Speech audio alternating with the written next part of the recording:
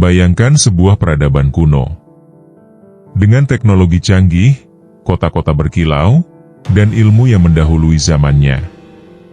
Namun, dalam sekejap semuanya hilang. Selama ribuan tahun, para ilmuwan, penjelajah, dan pemimpi mencari, di mana Atlantis sebenarnya? Tapi bagaimana jika jawabannya berada di Asia Tenggara? Plato, filsuf Yunani kuno, menyebut Atlantis sebagai benua dengan kekuatan militer dan teknologi luar biasa, tapi tenggelam dalam 1 malam dan 1 hari. Lokasinya di luar pilar Hercules yang dipercaya sebagai Selat Gibraltar. Tapi deskripsi Plato ambigu. Mungkinkah dia bicara tentang sesuatu yang ia dengar, bukan yang ia lihat? Atlantis bukan sekadar dongeng, tapi simbol dari peradaban yang hancur oleh kesombongannya sendiri, kata Plato. Profesor Arisio Santos, ilmuwan Brasil, menulis bahwa Atlantis sebenarnya berada di wilayah Nusantara.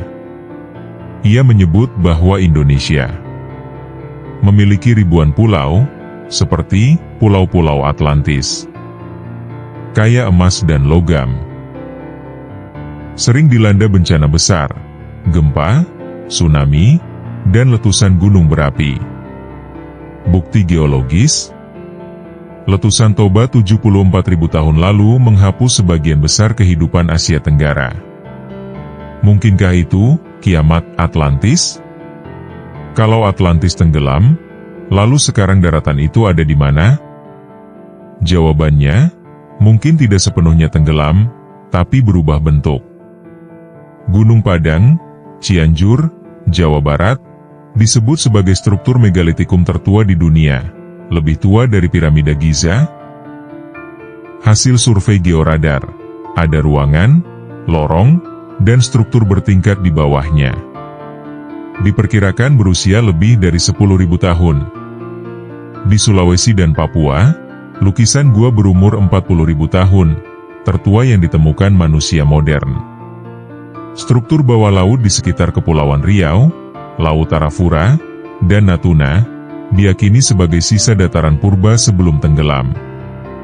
Kenapa teknologi tinggi bisa muncul tiba-tiba, lalu lenyap begitu saja? Banyak sejarah dunia berpusat di barat.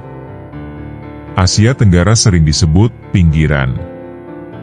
Tapi Sanskerta muncul di Nusantara jauh sebelum India mengenal kerajaan formal.